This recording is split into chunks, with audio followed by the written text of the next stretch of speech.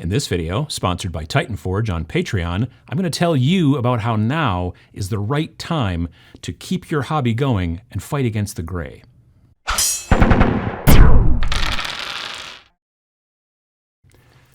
So, things are weird, obviously, right now. We're in the middle of a pandemic, and most of us are supposed to be trying to stay at home as much as possible. And I've talked a little bit about that so far in the last month or so. And it will probably be a subject that you might hear about everywhere going forward for quite some time. But I think, though, that as wargamers, we have a definite benefit. We've got a definite plus to our hobby that some other hobbies just don't have. There are plenty of hobbies that you can do at home, but there's a bunch of them that are kind of difficult to do in those situations. I mean, for example, take hockey. If you're really into hockey, you either have to play out on the ice if you live in a place where it is cold sometimes for ice, or you play indoors in a man-made environment, and you play against other players who you frequently kind of bang into and sweat on and all that kind of stuff.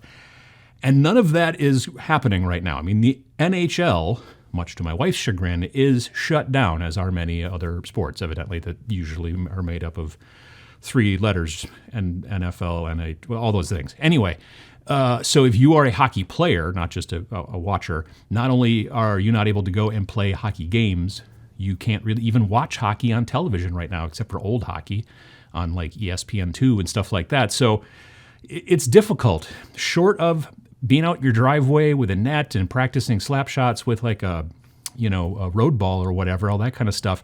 It's very difficult.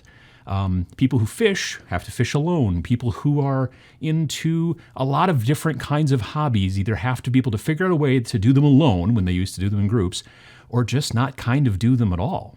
Our hobby, wargaming, is generally pretty social. It is generally designed so that you are playing against someone or multiple someones. That's the way that the gaming portion of it goes, and we kind of can't do that right now. There's no conventions, there's no tournaments. If you're a hardcore competitive player, you're probably not getting a lot done in that area right now. And you can't really play against people very well at all, other than maybe using some sort of online sort of system like Tabletop Simulator or Vassal or things like that. I'll be making a video about those types of things soon, I think. But right now, if you are really all about the play, or generally, mostly in the back and forth between the craft side and the playing side of wargaming, your playing side is woefully difficult right now. So maybe this is an opportunity. Many people that I see when I go into my local shop who are there all the time playing, very frequently, not all the time, but very frequently are playing with gray models that are unpainted, or maybe they are primed, but they play a lot and they don't want to take away time from playing to spend time, or in their minds, in some situations, waste time painting because they want to play because they're working towards some tournament or something like that. So there's a lot of folks out there who just play a lot, and that's nothing wrong with that. But those folks in this situation, in this global pandemic, could potentially find that their interest and motivation for the wargaming hobby in general could fall by the wayside because they can't go out and play the competitive games that they enjoy playing.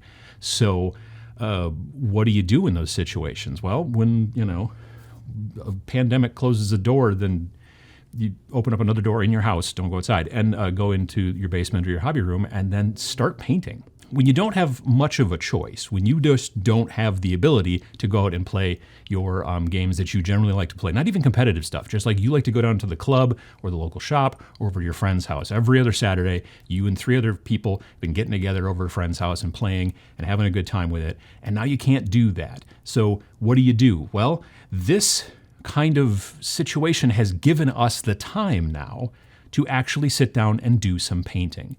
My first step, if I was you and I had a relatively unpainted or mostly unpainted army, and I had been playing with it for a long time, and now I've got all this extra time on my hands, my first step would be to go on to YouTube and start looking at ways to very quickly get things done and on the table. Look for hobby cheating, speed painting, do all kinds of Google searches for that kind of stuff, and start watching YouTube videos and reading blogs and all those kinds of things, and figuring out ways in which you can get your army onto the table quickly. I mean, a lot of what I talk about on this channel is talking about that kind of stuff. Start with priming. If your stuff is just straight gray, metal, plastic, whatever, and you don't want it to be like that anymore, start with a simple prime and then follow up with a highlight. I did a video years and years ago about simple rattle can tricks. You don't need an airbrush. You don't need to be fancy. You need 2 colors of paint in cans, and that's about it. Pachow. That can help you get to the point where you at least now have got some models that are not just a single color. They're kind of blended and they look like lit from above, and that's sort of interesting. That type of thing right off the bat, when your models go from months and months, if not years of gray plastic out on the battlefield playing at your local shop, and now they're like a 2-color kind of paint job, you can go on from there. That's going to give you the push, hopefully the motivation. Also the fact that you can't take them to a shop or to a tournament right now, that'll get you moving, hopefully, to get more further down the road with your paint job. Another thing I hear quite frequently is like, well, I would really like to paint my models, but I'm still playing and practicing with them. And so if I start painting them, then it's going to take me a really long time to paint them, and then I can't play with them. I can't, if they're half painted or partially painted or just primed or whatever, I can't take them to the shop because they need to be in process. They're on my hobby table now, and I can't take them with me to play, and so I don't know what to do about that. Well, you've been given the opportunity now by saying, hey, you can't play anymore at the shops, and you can't play anymore at tournaments and things like that, or at your friend's house.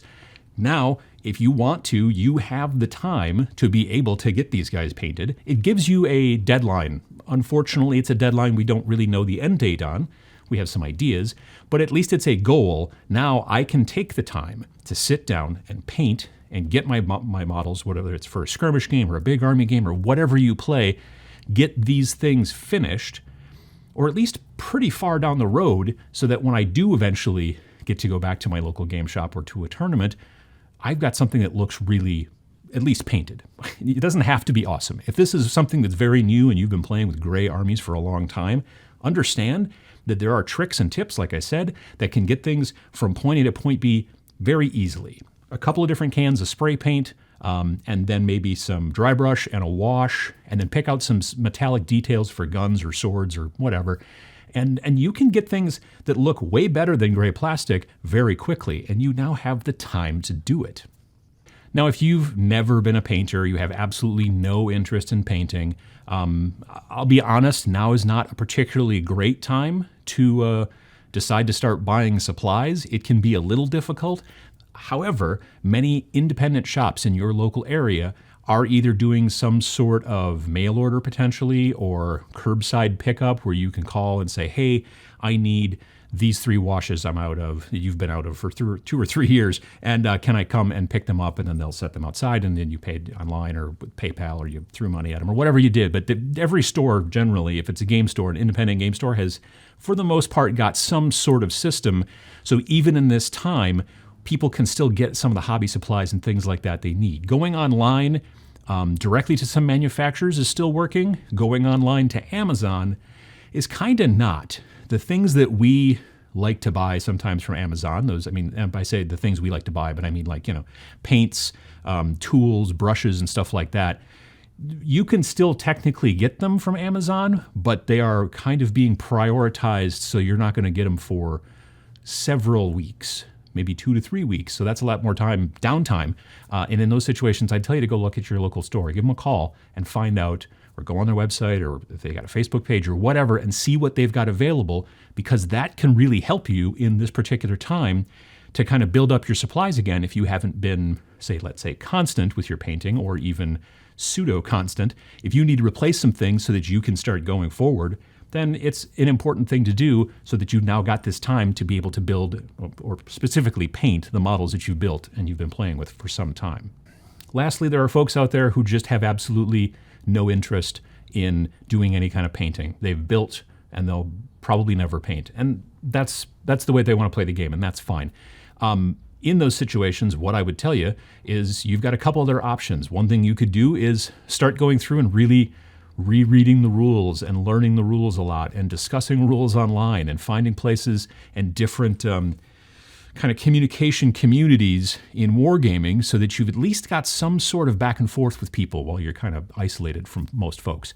That's not a bad idea. Another thing is, maybe if you're still working and you've still got some money, start talking to some local people in your area who are doing commission painting, because they probably need to have some stuff, some income coming in as well. And so if you can work with them, then potentially while you're in this kind of downtime unable to play, you can send your models to them, they can paint them, get them back. Now you've got cool painted models, and you're helping out your local gaming community by paying your local commission painters to get things done. When you're given a deadline like this, which is a stoppage, there are so many times when we say to ourselves, man, I would really love to be able to have the time to do this. You kind of do have the time. You may still be working. I'm still working during the day from home, so I'm not doing as much commuting. You may have to work even potentially more hours, but you probably still have some time off. And you can't go and hang with your friends. You can't go play at the shop. You can't go do a lot of the things that you've wanted to do in the past. So you've been given time. This is a terrible, terrible thing that's going on worldwide. But we can try to take it and make it into an opportunity, and hopefully you can get your models painted and get some things done so that when things come back online, you're ready. And the other big benefit, as I've mentioned time and time again over the last month, having this hobby to be able to spend the time on, to sit there in your hobby space and work on models, is really going to be something that's going to help to take up your time. You're not watching the news as much. You're not flipping through Facebook as much. It's going to keep your mental health hopefully on track so that when we get through all of this, you'll be glad to go back to the hobby that you've loved for as long as you have. Do you like 3D printing? Are you really into the concept of taking that 3D printer of yours, that resin printer, and doing super high quality miniatures that you can use in role-playing games, skirmish games, whatever you want, and having really decent models to print and then paint and go and show off to your friends and to your opponents? There's a lot of models out there, and a lot of them, frankly, are not great. But the sponsor of today's video, Titanforged on Patreon, I am really impressed by the quality of the models that they are putting out every month. $10 a month on Patreon gets you access to a dozen or more models, from 28mm scale to same scale, but like larger monsters and things like that. I'm actually getting a Yeti printed right now from a friend of mine, and I'll be showing off a little bit more of that once it shows up. I'll put some of the stuff on Instagram, Shelter and Hobby, and you'll see some of that kind of work coming forward. Not only do you get 12 or more models every month, you also get a piece of terrain, or maybe two. You get usually 40 plus bases, like really cool textured bases that you could print out and then use for the models that you already have. And every single month, you get access to all of that for $10. Also, as a new sign-up, you get access to the Welcome Pack, which is 5 more models and another 43 bases. You also have access to the community, all the different people who are out there who are printing these models, sharing these models, talking about different ways to be able to print them and things like that. You get customer service from the folks at Titanforged if you're having some sort of problem printing things. And if you're very new at printing, especially in resin, and have a hard time kind of trying to figure out the best way to support those models so that they can be printed properly, some of the models they even make in 2 versions, an unsupported and a pre-supported model, so you can use those and really start to learn more about 3D printing and how to best support these models to get the best possible outcome. There's also polls so that you can vote for what you want them to work on for next month's subscription. And there's streams that you can watch. There's work in progress from the digital sculptors and all kinds of things that are accessible to you as a $10 patron. So check out the link here, and it's also down below in the description, and sign up today to get access to all of this stuff, and then even more stuff next month, and even more stuff next month as you keep up your subscription. Also the Welcome Pack and all the other things I've mentioned. This is all really amazing looking fantasy work. And if you're not super into fantasy, they've got you sci-fi fans covered coming soon. You'll probably see a little bit more about that here on the channel. So check out Titanforged on Patreon. Again, link is down below. And start printing some really amazing looking models.